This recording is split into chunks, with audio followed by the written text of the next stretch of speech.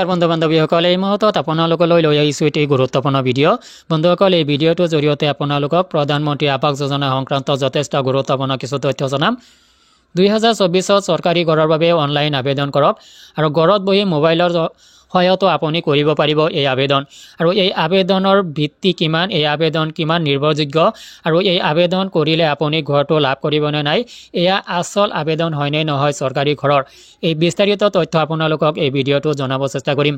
মূল ভিডিঅ'টোলৈ যোৱাৰ আগতে আপোনালোকক জনাম সৰু এটা ৰিকুৱেষ্ট এনেধৰণৰ নিৰ্ভৰযোগ্য খবৰবোৰ লাভ কৰিবলৈ চেনেলটোলৈ নতুন আহিলে চেনেলটো ছাবস্ক্ৰাইব কৰি ল'ব ভিডিঅ'টো যদি ফেচবুকত চাইছে পেজটো অৱশ্যে এটা ফ'ল' দি ল'ব 2024 চৰকাৰী ঘৰৰ বাবে অনলাইনত আবেদন কৰক সময় অতি কম how to online apply government free house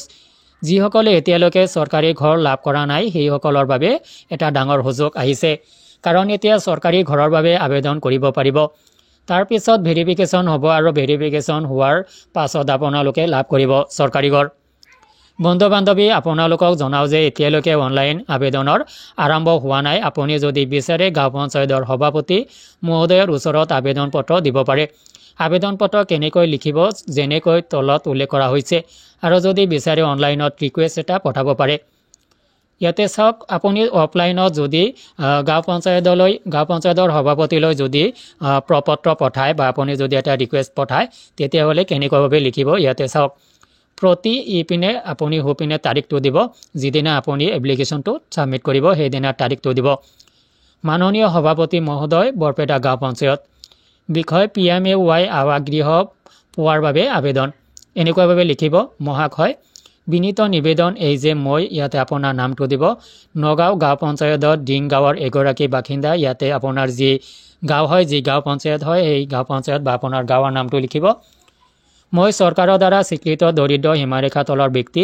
মহোদয়ক বিশেষভাৱে জনাওঁ যে চৰকাৰী আৱাস পোৱাৰ যোগ্য যদিও উক্ত তালিকাত এবাৰো নাম অন্তৰ্ভুক্ত নহ'ল এনেকুৱাভাৱে লিখিব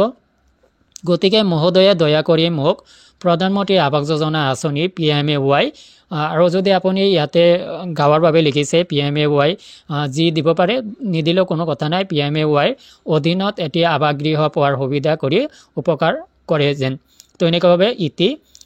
ইয়াতে আপোনাৰ নামটো দিব আপোনাৰ বিশ্বাসী আপোনাৰ নাম পিতাৰ নাম আৰু আপোনাৰ ঠিকনাটো ইয়াতে মেনশ্যন কৰিব এনেকুৱাভাৱে আপুনি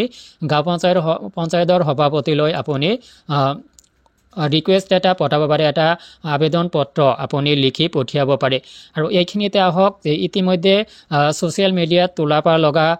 2024 চনৰ নতুন ঘৰৰ বাবে আবেদন সংক্ৰান্তত যি খবৰ ওলাইছে আৰু মই আপোনালোকক যেনেকুৱাভাৱে দেখুৱাইছোঁ যে খবৰখিনি আচলতে কিমান নিৰ্ভৰযোগ্য আৰু অনলাইনত কি কৰা হৈছে ইয়াতে আপোনাক দেখুওৱা হৈছে যে আপুনি ইয়াতে অনলাইন আবেদন এতিয়ালৈকে আৰম্ভ হোৱা নাই কিন্তু বহুতে যি কৰি আছে সেয়া অনলাইনত এটা ৰিকুৱেষ্ট পত্ৰহে পঠাই আছে যে তেওঁ ঘৰ পোৱা নাই ঘৰ পাব লাগে আৰু এইটো কিন্তু PMAY ঘৰ পোৱাৰ বাবে আবেদন নহয় আৰু PMAY ঘৰ পোৱাৰ আবেদন পত্ৰ এনেকুৱা নহয় আপোনালোকে গম পায় যদি কোনোবাই আবেদন কৰিছে এই প্ৰপত্ৰটো এনেকুৱা নহয় যে আপুনি অনলাইনত এটা ৰিকুৱেষ্টে পঠাব পাৰে যে আপুনি ঘৰ পোৱা নাই আৰু ইয়াৰ বাবে আপুনি যদি ৰিকুৱেষ্ট পঠাব পাৰে এনেকুৱাভাৱে আপুনি পঠাব পাৰিব মই আপোনাক স্ক্ৰীনত দেখুৱাইছোঁ ইয়াতে চাওক তো ইয়াতে আপোনাৰ PMAY এটা